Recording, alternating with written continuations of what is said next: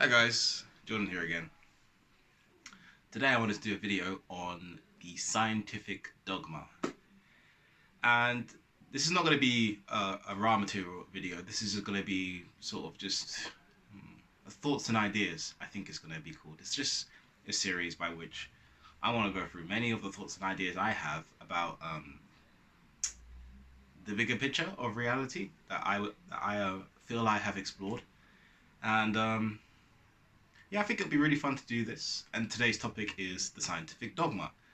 And how science, growing up, me learning about science, how it actually had almost traumatized me quite significantly. I felt like when I had come out of school, college, vice versa, etc., that I was traumatized by the things I had learned about reality. By the time I had come out of school, I looked around and I felt like everything I was looking at was dead, and that the only thing that was alive was human beings.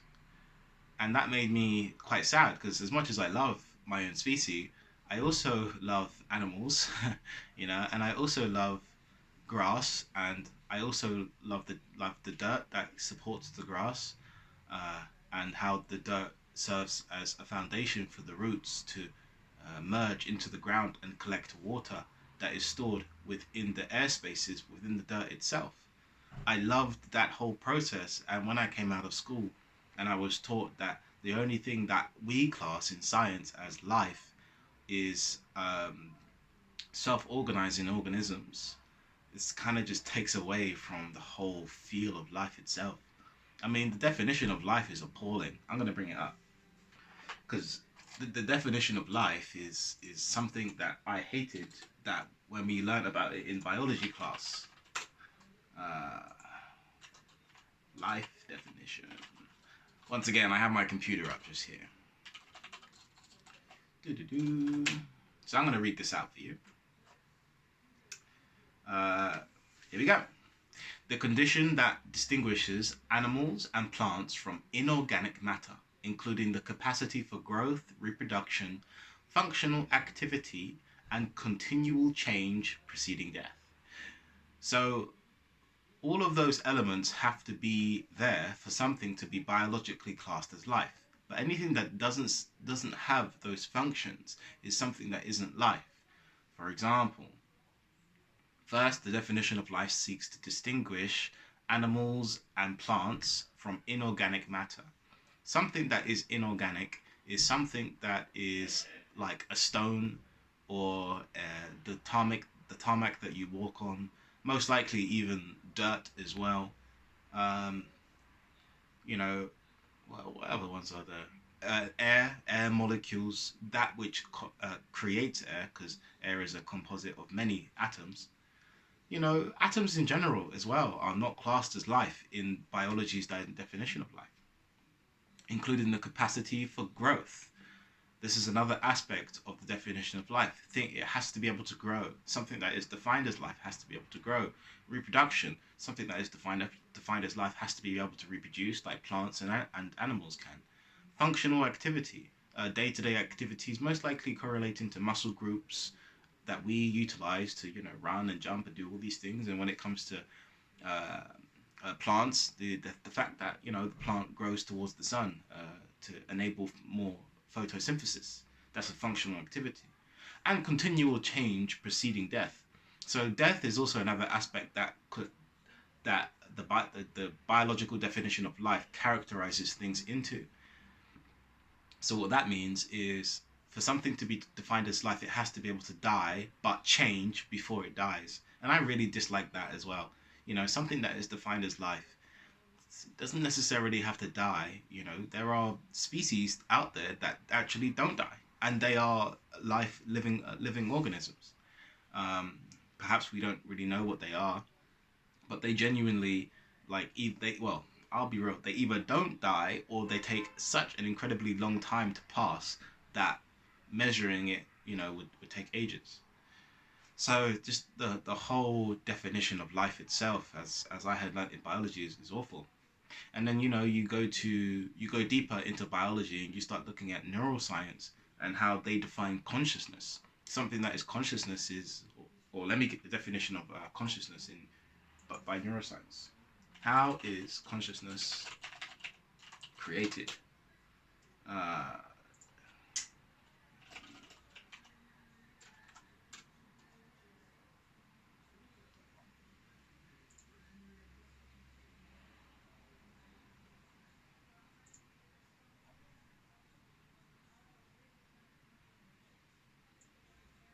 well, I can't really find it, but the definition of consciousness in neuroscience, I believe, is the activity of neurons working.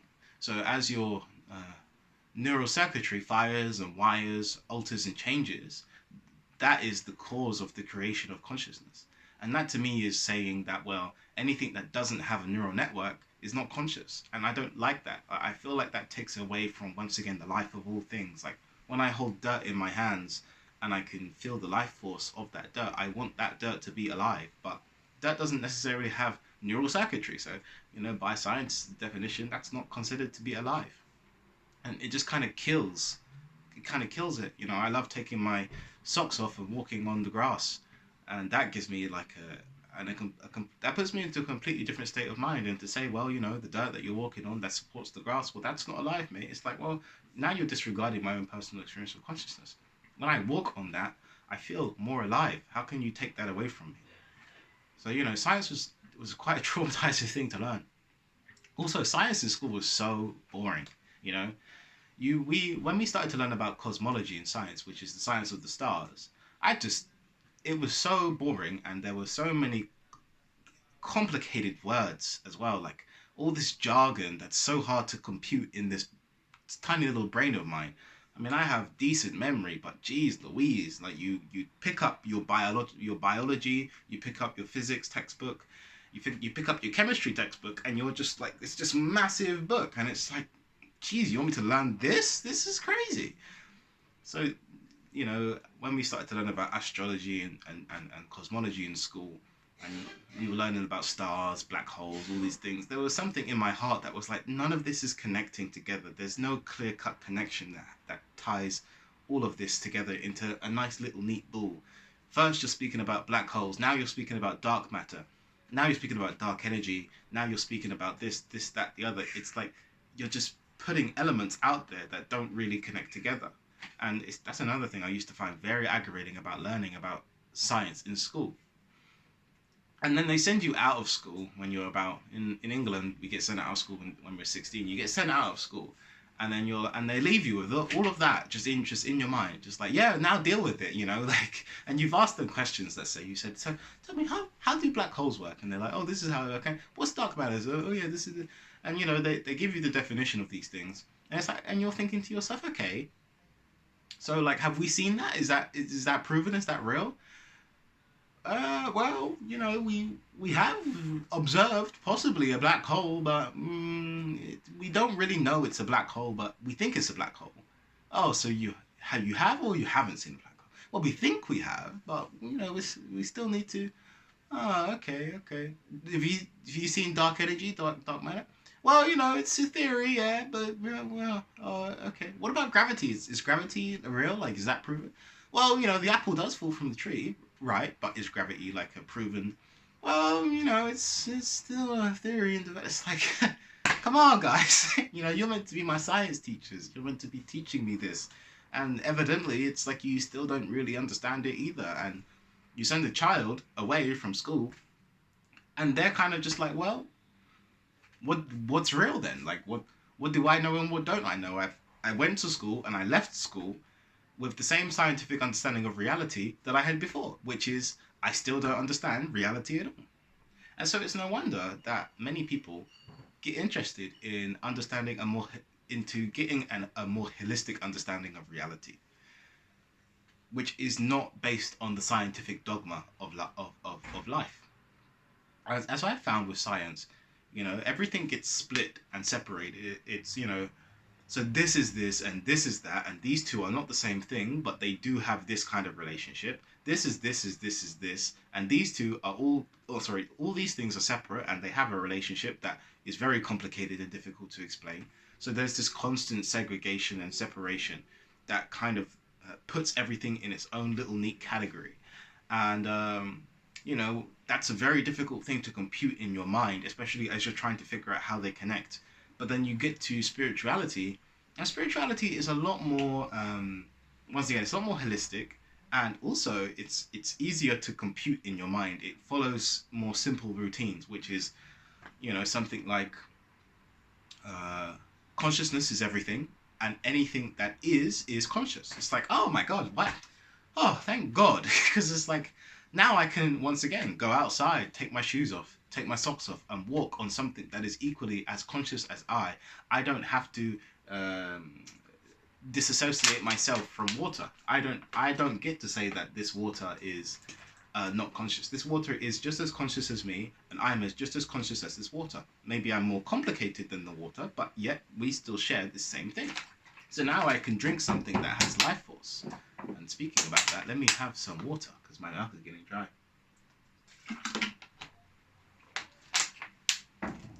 So when you get that kind of definition, like everything is conscious. Yeah, okay, maybe we don't understand how that's possible. How is everything conscious?